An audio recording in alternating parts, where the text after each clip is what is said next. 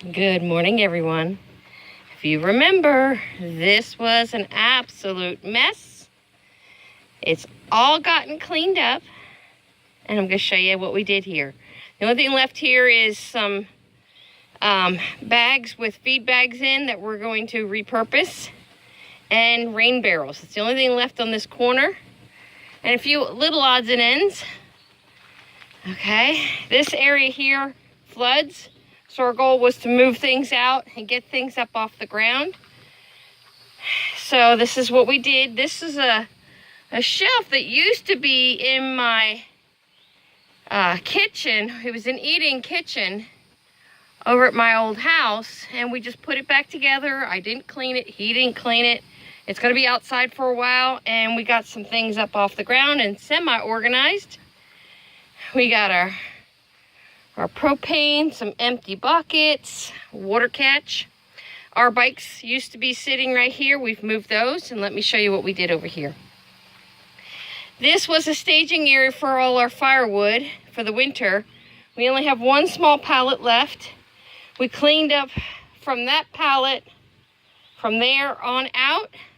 We took everything out. I raked everything out of here. There was a lot of bark and stuff. We threw that in the compost. It will break down slowly, but that's okay with us. We're in no hurry there. We've got garbage organized to be hauled out. We've got some crates set up with a piece of board as a shelf for some tools. We moved the big bird cage out of our way because we're not going to be using it until the porch is built. And then it'll only be a summertime use because the bird would do really well outside, even with the heat. So that's down the road. Bikes got put next to it. We had these blocks, and they're like half blocks, I guess they called. We put those down. We put I believe, maybe a 6-foot pallet down. And it's one of the narrow ones, so it's not one of the real wide ones we're using to build the shed. And we organized our rings. They're going to go in the shed because we're not using them. If we find we need to use them, we'll have them instead of having them buried in a pile of junk. We have access to them at least now. And then these are feed barrels. They are not all full. Chicken food is in there. Rabbit food. Goat mix. The rest of the big 50, I'm tired already. I'm just starting. We have the 50-pound bags of the new feed in there. And sunflower seeds are there. That's empty. And the one in the middle is empty. That's for future use. And basically, the point of doing this was to get the barrels up off the ground, because the barrels are metal. You know what? I'm going to sit down here on my steps because I can. Anyway, the goal was to get these up off the ground so they don't rust through. And some of the barrels, if they sit in a puddle, they do get water in them. So we're trying to eliminate that as well. So the solution was to get them up off the ground. And to make this pallet last longer, we put them up on the cinder blocks so that the wood's not touching wet ground. And we've come to a determination our refrigerator is just not big enough. Our freezer is not big enough. We're getting ready here in probably 8 weeks or less to butcher the rabbits. And we really have no place to put them. So what we're going to be doing, we're going to clean this. This is a 12-volt cooler. And we're going to start using that as part of our refrigerator for things like salads. On my refrigerator, because of the design, it tends to not have a really good setting between the freezer and the refrigerator. If I put heads of lettuce, bags of lettuce in my refrigerator, they do freeze. So we're going to put that back into action. We're going to clean it up real good. Bring it in the house. Probably put it where my trash can is right now. And we're going to use that as a refrigerator. I can put a gallon of iced tea in there, all kinds of fresh produce, and that will keep it a perfect temperature without over chilling it. Because this is only designed, I think, to cool. It's either 20 or 40 degrees cooler than the air outside around it, which would be perfect for things like salads and greens and cucumbers, things like that. Things we don't want to have go bad. So that's the game plan there. So we just have to get it cleaned up, get it inside, and we do already have an outlet for it. And I think the cord might work. We might have to move an outlet closer to it, or it closer to the outlet. We'll have to figure that out when we get there, because I can always relocate my stove to the other wall. But we're not there yet, guys. We got a shed being built right now. Jim's working on it. And that's a slow process. He can only do a little bit every day, and then he has to stop. And it's super hot out here. It looks like the rains have finally calmed down. But tomorrow we got another rainy day coming in. But the sun's out today, so that's a big yay. If you can see out there, the sun is out. Lots of shadows and stuff, so that's a good yay. And we may have a missing hen. I got up this morning and I came out and I cannot find my Bubbles.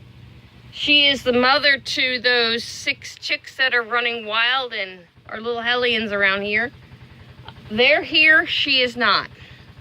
So I'm just keeping an eye on them, and they seem to be staying fairly close to this area right here. They're right over there in the fruit orchard, which is right by that chicken coop there. So I set up a dog crate with some feed. Here, I'll show you. I found no evidence of feathers, nothing. No carcass, nothing. She is a very old hen. She's 6, 7 years old now. So, but I set this up. If they do get in here, I got shade. And I set this up to try and, if they come really close, I'm going to try and funnel them in and then close the gate. And that way I'll have them contained to get them in the chicken tractor. I don't want to lose all 6 of these chicks. Look what I just found.